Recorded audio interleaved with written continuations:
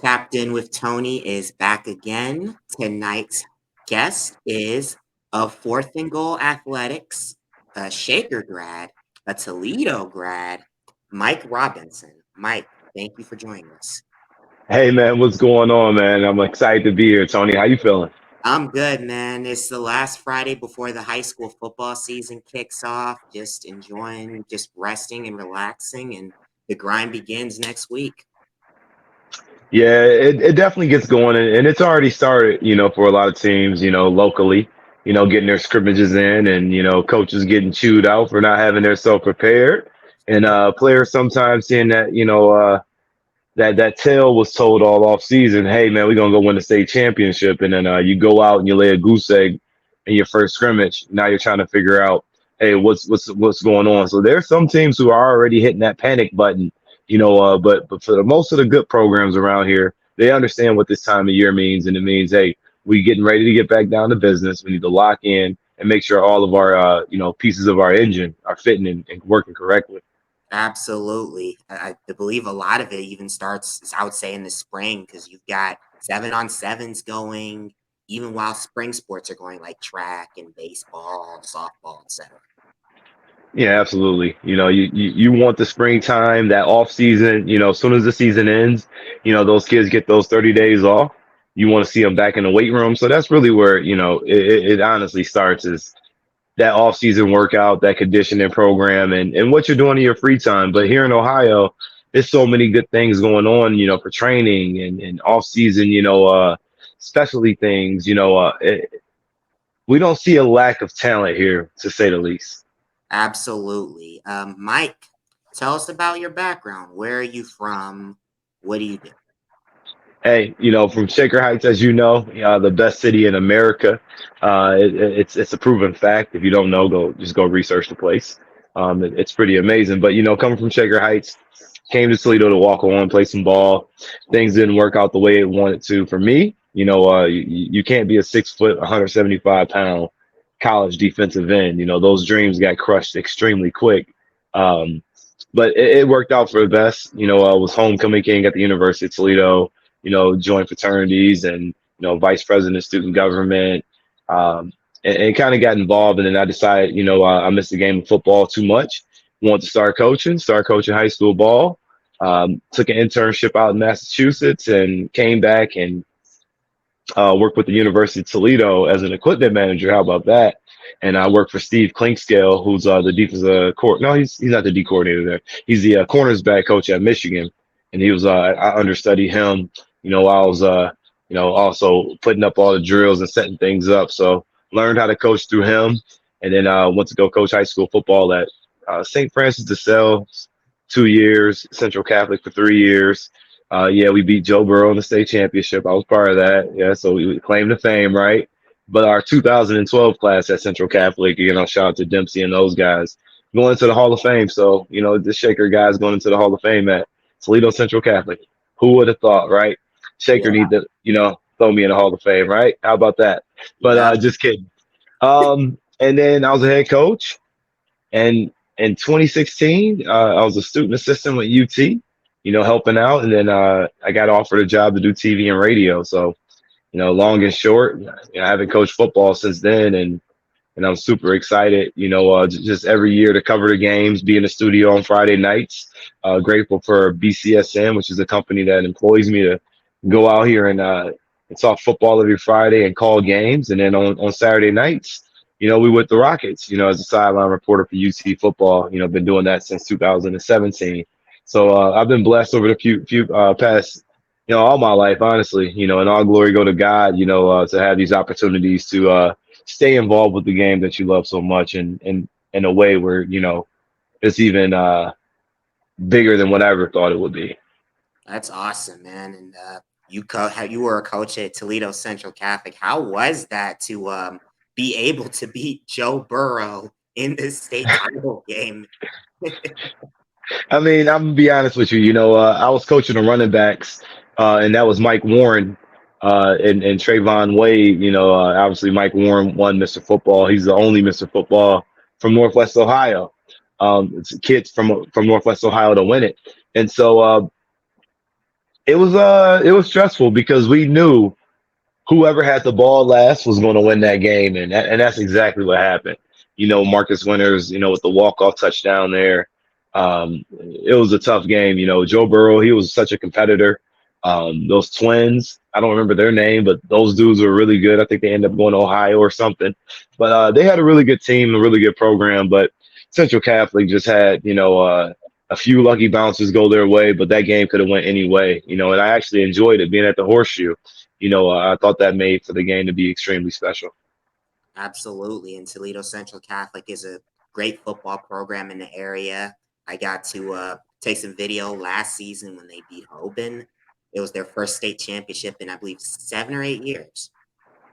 Yeah, since that Joe Burrow one, I always will say, Central Catholic hasn't won a state championship since I coached there. Can't say that anymore. Those guys are probably going to go on to win a state championship again this year, in my opinion. Hot takes early. You didn't ask for, but I gave it to you. I think that this team is primed to be the Division III state champs, and I don't know that it's even close with anybody else going to compete with them. I watched them go up against Hoban when Hoban came to town, and for lack of better words, they laid the smackdown on Hoban, and that was surprised. The players from Hoban's were surprised. Um, but Central Catholic is one of those teams that just load up and reload, and they got so many dudes and so much talent. They have they got 8 or 9 guys that are 6'3" plus, 250 plus. Wow. That's played on that O line and that's coming back from last year. So when you got guys with that kind of size in high school football, size matters, and to have those big dudes up front pushing you around all game, getting you tired by the third or fourth quarter, you just want to get out of there. Kind of like Eero Smith, like Spence out there. He was getting his tail whooped by Crawford. He just wanted to get out that fight. That's what you're going to get out of that fight when you're in the trenches with those big boys. They're not unbeatable, but they will be a team once the playoffs come and them playing in that Detroit Catholic League, playing against Brother Rice, St. Mary's, DCC, Detroit Catholic Central. This is going to be a really intense thing here for Northwest Ohio to see, Central Catholic go play the best in Detroit and then come to Ohio and play Division III football. I think it's going to bode really well for them.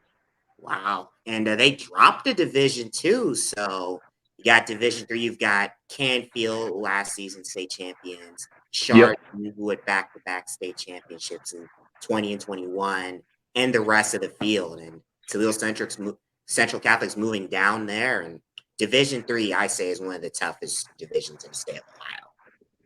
It's definitely one of the toughest. But you look across the board and see who has the depth and the size and the experience. Um, and for a team like Central Catholic, who dominated Division II, to come down to Division III, yeah, I think they'll have the same or similar success. Now they don't have to worry about the Avons and the Avon Lakes, which teams were thorns to them throughout the playoffs over the past few years. Now it's going to be, some of these smaller schools who are talented enough to win a few games, but do you have the depth to make a deep run in the playoffs? And from what I saw, Central Catholic has extreme depth at the running back position, and their offensive line is pretty talented. Um, but again, I haven't seen everybody. Games aren't played on paper. You got to stay healthy and you got to make it. So we'll see. They're just my favorite. I wouldn't say I'm a homer, but I've seen them win a few state championships, and I think this is one of their teams that can do it. Gotcha. And what would you say was your favorite part about coaching? Because I believe you also said you coached at St. Francis de Sales as well. My favorite part about coaching, and I was a head coach as well at Toledo Bowser for a year. Just the kids, being out there with the guys, the camaraderie, building, working towards a common goal, and seeing these young men just excel in life. For a lot of these guys, football is life to them, and it's a major part of their life. So just to be involved with them and to see them now, as they're older and they become grown men, uh, value those lessons they learn and they remember some of the things you told them, 10 plus years ago. It holds near and dear. So, it's reaping what you sow. You get the fruit later, once these guys grow up and become men, and they come back and they share why they appreciated you, or they didn't appreciate you for sometimes in the matter. But no, I just enjoy the camaraderie more than anything. Absolutely. Having a great coach is definitely all the difference. And you coached a lot around the Toledo area. So, how big was it to have those ties in the community? Because you helped coach at DeSales. You've basically been around Toledo for the better part of the 2010s, whether it be through graduate assistant or student assistant, assistant coach, doing play Yeah. by play. How big is it to have those ties in the community? It's everything, and I'm not from Toledo, so I had to essentially get it out the mud. It's funny when you say it that because they call Toledo the mud. I don't know because of Triple Mud, swamplands. the AAA Mud Hens are Yeah, affiliated the with. mud hens and you got all that. So it's the mud, and I always say I was raised in the land, but I was made in the mud. Um, and coming here to Toledo, as a young guy, and being embraced by the city, and also having the opportunities, well, working for those opportunities to be able to be involved, to be trusted, and to be in, with my program, Fourth and Goal. We've worked since 2010. We've worked with over 50,000 student athletes. That's earned millions, hundreds of millions of dollars in scholarships, academically and athletically. You know, um, and it's residual because those kids come back and they help out. This summer I hosted a camp for James Hudson of the Cleveland Browns, Tyson Anderson of the Cincinnati Bengals, Brian Koback of the Seattle Seahawks, um, Bryce Mitchell who played at the University, so Michael Warren who we talked about earlier from Cincinnati Bearcats and played for the Eagles and the Lions. Uh, we had a free youth camp that had 500 kids out there. But the coolest thing about it all was all of those guys had came through my program. We had some technical difficulties, but we are back with Mike Robinson of Fourth and Goal. Mike, continue with what you were saying. So, if I remember correctly, we were talking about just the coaching aspect and just in the community. Um, it's been an honor really just to serve the community and just to be a part of it. From a coaching aspect, from a mentorship aspect, from a media personality aspect, kind of got the whole full spectrum going on. And just excited about the youth here in Toledo. Being from Cleveland and particularly in Shaker Heights, there was always things to do, always things going on. Not saying that they're not, but I just kind of felt like it was my purpose to continue to help and aid and assist, no matter in whatever capacity that I could, because without the people who helped me, there'd be no me. Absolutely. Same with me with what I do with KeonSports.com. Hmm. They reached out to me. I started with them in March 2019. It's going to be 5 years next year. Things are just, Congrats. things are going. Thank you, sir. I appreciate it. It's just a blessing to be a content creator, just be able to go out on Friday nights and just tell these stories or for the kids around the area. Yeah, there's so many good stories to be told, and there's nothing like being able to get that scoop and having a kid trust you when he wants to drop some news and they also look forward to seeing you guys out there, you and I included, at the games because they know it's a big deal. They say, "Oh man, look, Tony's out there, y'all, this must be a game." Keon Sports there, Mike Rob, or whatever it may be, you know, um, it adds to the atmosphere and it is definitely a blessing to be on this side for sure. Absolutely. And speaking of which, you got on with being a sideline reporter. So tell me about that. You were coaching and then you got an offer to do sideline reporting. How'd that come around? It's crazy, like I said, I was a student assistant with UT, and I was calling a high school basketball game with the guy who ended up getting the play-by-play job, and and he found out, what I was doing and what I've been a part of, and he was like, "Man, you kind of know what's going on. You got a little pulse on things."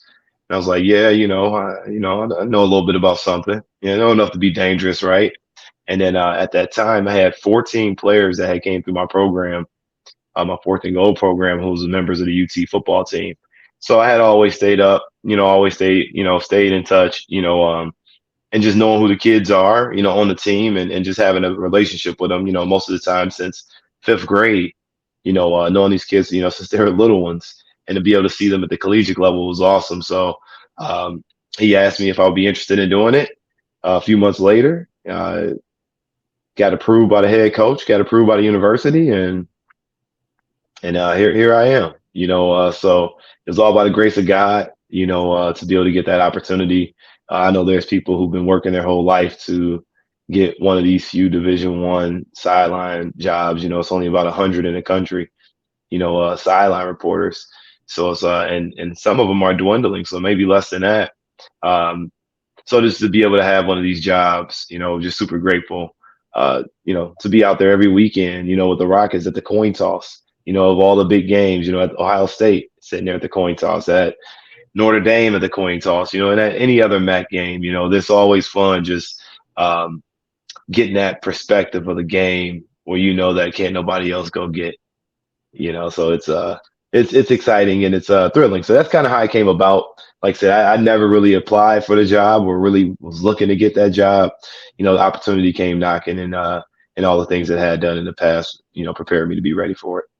That's amazing, man. Because Toledo's played some, like you said, Toledo's played some big name programs. Played Ohio State in the shoe a couple years ago. Well, Played last season, yeah. last season. They played against Notre Dame.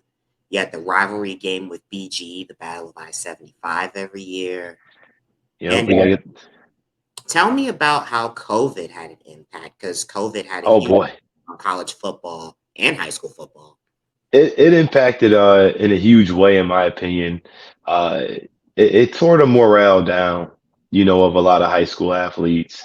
Um, and then not knowing what was out there for them, the college kids getting that extra year, that COVID year. So there was a class of like 21 or 20 that kind of fell in a spot where the scholarships weren't there. Then and then it just kind of made everybody kind of really nervous. And during COVID is when I started the All Ohio Showcase, because I saw the need, where high school kids weren't going to camps, and there were some sophomores who had never been to a college football camp. So I kind of inserted those camps in just to give kids an opportunity to know what it's like to compete, to be prepared and to be ready. And even at the collegiate level, going out there during them COVID games and having no fans in the stands, uh, carrying the COVID card around, making sure everybody make sure you got the jab. If this person gets sick, then you can't be around that person or that person who's got contact.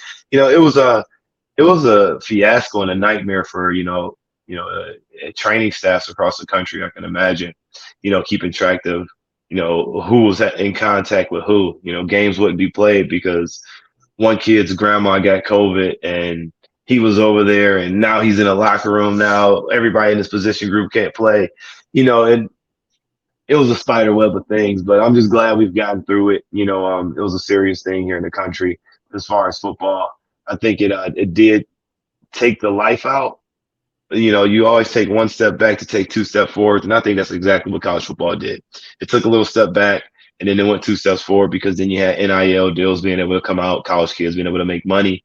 I feel like you've seen an increase in fan attendance because I think people realize what's it like not to be able to watch live sports, watching the NBA bubble championships and things of that nature. It was a time that nobody was used to. But I'm definitely glad it's back to having fans in the stands because I think that was probably the most eerie part of it. Going to these big stadiums and not seeing anybody out there. It's like Absolutely. this is a scrimmage. Yeah, it's like like the SEC, Big 12, ACC had fans, but it was nowhere near the capacity of what it would be. It was like 15% max, and like Hmm. up in the north, like Ohio State, Michigan, it's like the games, and out in California, some of the games would be good. The saddest thing is there'd be no fans. You wouldn't know there was a game.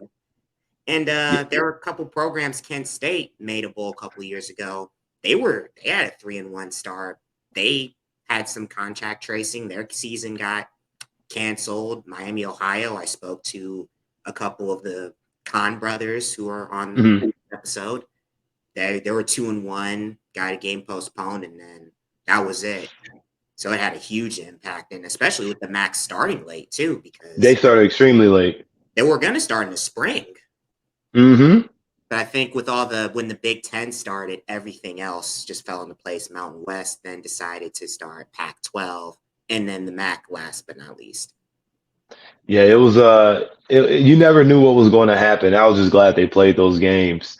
Um, because those kids needed it. We need sports here in America, and I think COVID proved it more than anything.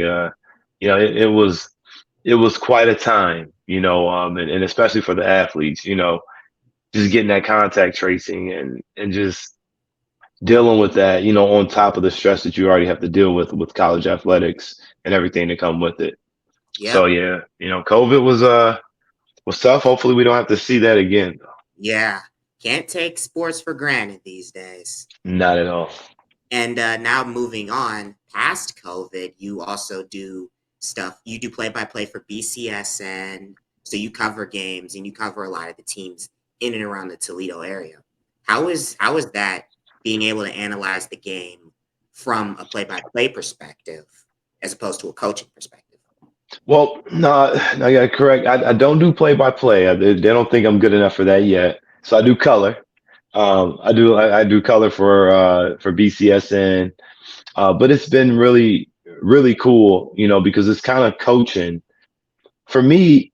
You do your preparation, learning who the teams are, watching some film. I treat it like I'm going to go play a football game. But instead of one team, I got two teams to break down. So now I'm scouting these teams and talking to the coaches, trying to understand philosophy. What makes this team do this? What makes that team do that? Um, and being able to, express that in words and excitement and knowing that, people are looking forward to, hearing their kid's name called. It drives me. It's that same energy of this if I'm out there coaching and or playing a game. But I definitely love it. It's one of those things where, again, I never thought I'd be in the media world or be on TV or anything of that nature. So I'm really grateful for those opportunities. But it's just super fun. I tell myself this, until they kick me off, I'm not coaching no time soon. It's really fun, being able to sit here and break the game down, not having to worry about the stress and the injury reports the next Saturday morning. Now there will be a time where I do get back into coaching. My son is too, so it's going to happen at some point. But for now, it's fun watching, and the perspective is different, because you're not emotionally invested into the game. You're more so just really being able to break it down from a purest form. Like, hey, when you're running a trips with a nub on the other side, how's this team going to line up to it? What are you running towards that? Who's getting hooked? Is the end getting hooked? The little and the little battles that you get to see. I don't watch the football when I call a game. I watch the line. Wow. The first thing I do is I watch the offensive line and defensive line at the snap, and that'll tell me everything I need to know about that play. Do I see guards pulling? Do I see tackles blocking down? Do I see a pass step drop? And then do they open up for a draw? Do I see a twist from the defensive line? Do I see pressure? Do I see a slant? Do I see an angle? Those are the things that I initially look at and adjust my eyes on because, that's where the game is won at, and I try to give it that perspective, but also, give more love to the big fellas up front. If there's an interception, it doesn't take a rocket scientist to figure out who caught the interception or who caught the touchdown pass. You'll hear their name on the PA or you'll see them with the ball. But when the game of football is played and breaking down to its bare, essentials is blocking and tackling. And I think that's where I like to talk about the football game at the most is, seeing those big guys, do their job, but also giving them the credit that they deserve. Gotcha. And I got to help assist with play by play for a college football game and even going up and covering some of the practices like the past couple of weeks. There are always these little nuances that you Yep. catch, especially when you're looking on video of some of the practices. Some of those which I probably would not have cared about back when I did stats for Shaker Heights. But now that I'm a little older, it's like now I see why X is Y, why hmm why right is right, left is left. You just break it down a little bit more. It's like, doing homework in a sense. Absolutely. But it's fun. It's the good homework that you get. It's not that teacher that told you to go write 10-page essay and don't double space it. So, it's not that, it's looking at it and it's a chess match. It's a game, but it's also the players and the characters that make these games are really, really cool. And what makes us really invested is, seeing what this quarterback's going to do this week versus what he did last week. And how is he going to control this really good defensive guru? You know, uh, how are they going to attack this team? So it's the little battles within the game that really makes you excited about it. And sometimes you just don't see it, like said, from the other side. So absolutely. I mean, to be able to call games and to be a part of them, from the media standpoint, you listen to it on TV your whole life, and then to think, hey, that's me out there calling that game. I better make sure I know what I'm talking about. So you know what I mean, like because you want to be on top of your game. So I enjoy the challenge. Like I said, for me, that's the best part about it. I can't go out there and compete no more, but I can definitely go do a good job and make sure every kid, who's watching the broadcast, grandma, grandpa, they leave away feeling pretty informed about what happened during that game. And hopefully they learn something, because that's my goal, is to hopefully teach the viewers one or two things where they can talk a little bit more football talk. Absolutely. And do you do any play-by-play or coaching for any other sports outside of football? I have a 7-on-7 team that I run with fifth and sixth graders, 12U team, and it's really fun. So I work with those kids, teaching them coverages. So I got quite a few sixth and seventh graders right now that can break down cover four defense, cover three, cover two, man, know how to disguise and get in the zones. Um, and but also just looking at the game from a different perspective than most kids, because we're talking football with them, and I'm talking football to the highest level that I can talk to them, you Yes. know because I don't want to dumb it down. I'm like, hey, in 6 years it's college time. If you're in seventh grade, Yeah. you only got 6 years. And then I tell the fifth graders it's Exactly. only seven, or eight. I'm like, so it's coming up quick. I'm like, by the time you turn 16 and you start driving, kid, them scholarships better be falling down. So I like to teach them the game of football. I'm like, hey, you're going to grow, you're going to get bigger, you're going to get faster, and all those things.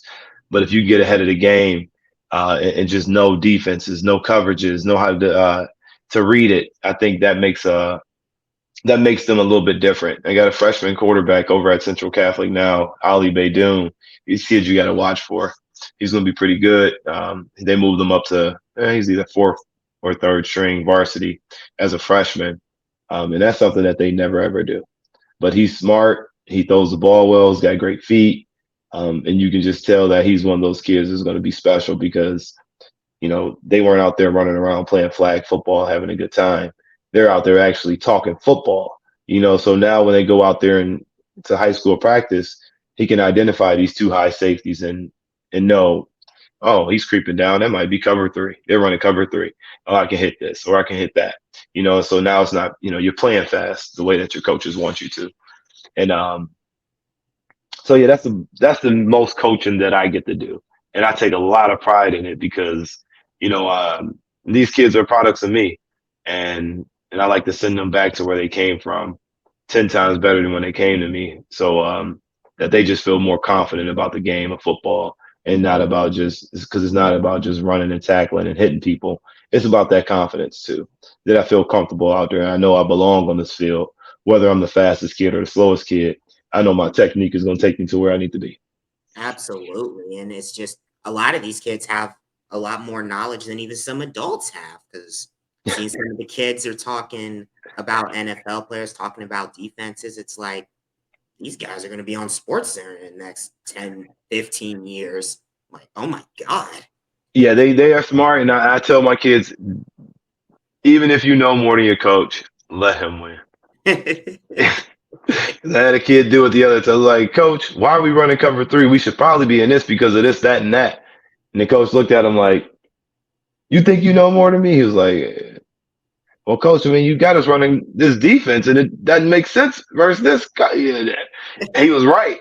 And I'm like, but he had to run for that. But I was like, yeah, you can't tell your coach what to do. But a lot of these kids do study the game. I mean, just think about the access they have. I mean, you Yes. got all these content creators on TikTok, making things on YouTube, and Instagram. I mean, it's all at their fingertips, you know. So if you really want to learn something, it don't take much, you know. And some of these kids are super motivated, so they're definitely reaping the fruits that are being put out there. Awesome. And what is it that makes Ohio football, Ohio high school football, great? In as far as like you got states like Texas, Florida, Pennsylvania that have just great high school football, cultures and fanaticism. What is it that makes Ohio stand out? I think the big thing is not having spring ball, not having 707, and still having the top players in the country year after year, still having the top teams in the country year after year. And then once you give Ohio spring ball, once you give them 707, you will see Ohio is probably, if not one or two, in football states. They're just being limited right now. We're being held back in certain ways where kids can't develop to that standard. I think it's not right that high school quarterbacks and high school receivers and defensive backs and linebackers can't do 7 on 7. I think it's important for them just to learn coverage. It's just past skeleton. It's not tackle. It's not even a game of football. It's a whole different game. I think they should be able to do that because when I go across the country and I go watch other people, again, I write for Prep Redzone as well, um, and go write about players. You can tell that this kid is really good at football or he's been practicing it for a long time because, he just has a different understanding of the game of football, only because he had more reps. And which is fair. They work to get their reps, and it's not their fault they don't have rules against them. I think Ohio football is special because we just don't get it, and we just got a lot of blue collar, hard nosed kids, a lot of small town school districts that really love football. And again, Ohio's the birthplace of this game anyway, man. Where it's at. You go down to Massillon and see all the history over there. You got the Pro Football Hall of Fame here. You got two NFL teams in this state. You got Ohio State Buckeyes. You got more than half. You got the half of the MAC conference in here. You got 27 or 30 college football teams in this state. So it's the heart of it all, and I think football goes through Ohio. Absolutely. I would have to agree with you. And it's on all levels, high school, pro league, you got Division 1, Division 2, Division 3, USFL. I think that there's going to be an Ohio franchise Mhm. in the future. There's going to be an XFL franchise in Ohio. Ohio's a football crazy state. We love us some football here. And what are you looking forward to the most as the season kicks off? And talk about the Twitter Spaces because you hosted that last year with Jared Luganville. I've been on a guest more than a few times. Yeah, you're a permanent guest. You're a resident. I'm resident rather. You get residency this year. So it's the Twitter space. I don't know if we. I mean, what I'm having a hard time is it even Twitter anymore? Is it just Or X? X. I mean, I don't even know. I'm still confused there. So once I figure it out, hopefully I figure it out soon. But I'm looking at we looking to do those shows maybe once or twice a week. Last year we did it every Thursday night, the night before the lights. But like you stated earlier in a conversation offline, there's a lot of Thursday night football games. And here locally for BCSN, I call games on Thursday night. Um, Starting week 2, I'll be in the booth, doing color every Thursday night with my partner Tim Clegg. But me and Jared, we started those Twitter Spaces. We both write for Prep Red Zone, and we just thought, this football community needed a little bit more. With him being in Southern Ohio, I mean, if anybody tell you they know every team in the state, they're a liar. And that's just the truth of the matter. You just can't be everywhere. You can't see everything. And being able to have a good group of people who are all across the state, be able to come together, talk shop, give these kids promotion, give coaches promotions and programs. I think it's important because, we need that. You get your local coverage, but then there's also a lot of small town kids who may have a phenomenal Friday night that needs to be talked about on that Twitter space where college coaches join in and all types of fans of the game. So yeah, that'll be coming up here soon. We'll have more information, but definitely look for it on Wednesdays and some Thursday nights. Great. And last but not least, I just want to thank you for coming on the Tapped In with Tony, which is available on Spotify and all streaming services, by the way. Quick plug. Do you have anything you else you want to share? The floor is yours. Last thing I got to share is look forward to seeing you again at the state championship because I know you'll be there, and hopefully I'll be there calling the game again. And that'll be my fourth year in a row. So keep your fingers crossed for your boy. But more importantly, St. Ed's going back to back, Glenville going back to back, TCC going back to back. You can get your checkbook and cash it. It's good. And that's all I got.